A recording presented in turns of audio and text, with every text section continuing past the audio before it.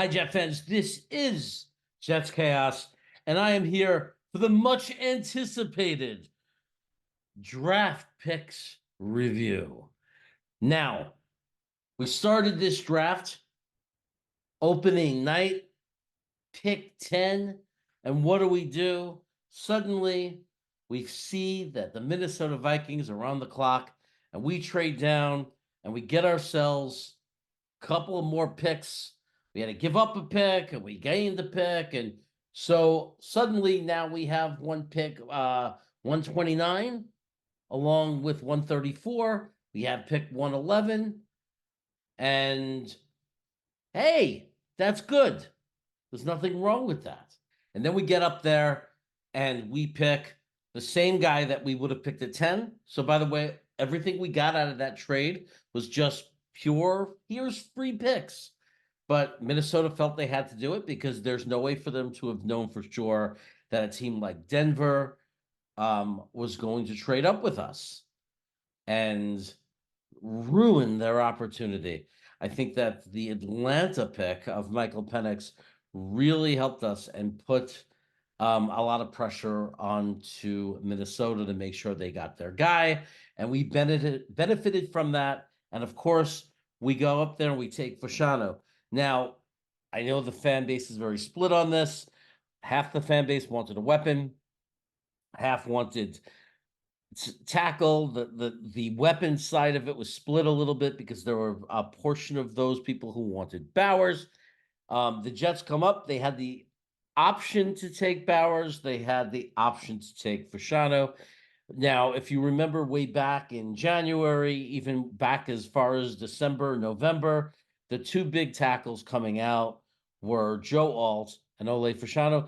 And most people were mad that the Jets were winning because not just for Joe Alt, because they didn't want to miss out on those two. Of course, along the way, like it always happens, Senior Bowl, combines, people doing some analysis started coming up with a lot of other names. Latham was always a top 10 guy. He went in and out depending on which website you were at in the rankings. Along came Fawanga, who people started talking more about, who moved up. Fantanu, after the combine, moved up because it turns out he has a large arms width.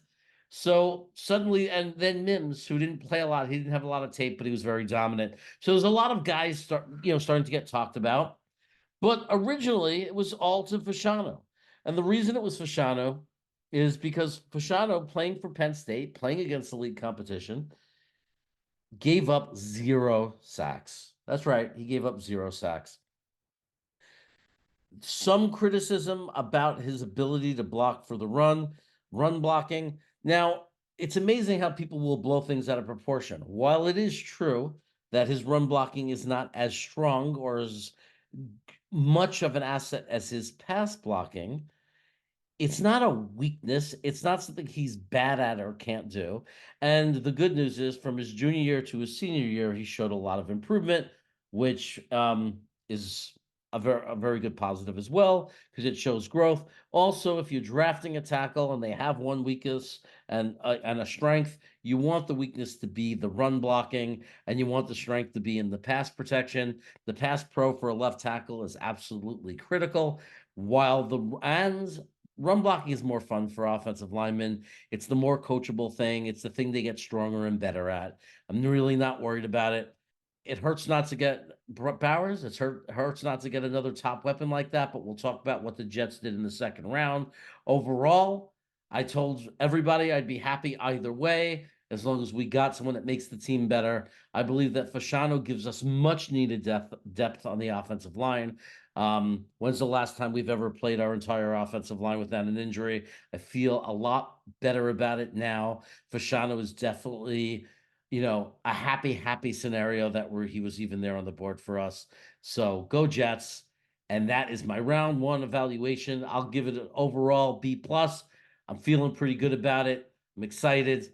I hope we don't even need them this year. I have a feeling we will, and I have a feeling it might turn out to be an A+ pick down the road over the next few years when we're happy we have our left tackle for God knows how long. And that's my take on it. Take care, everybody.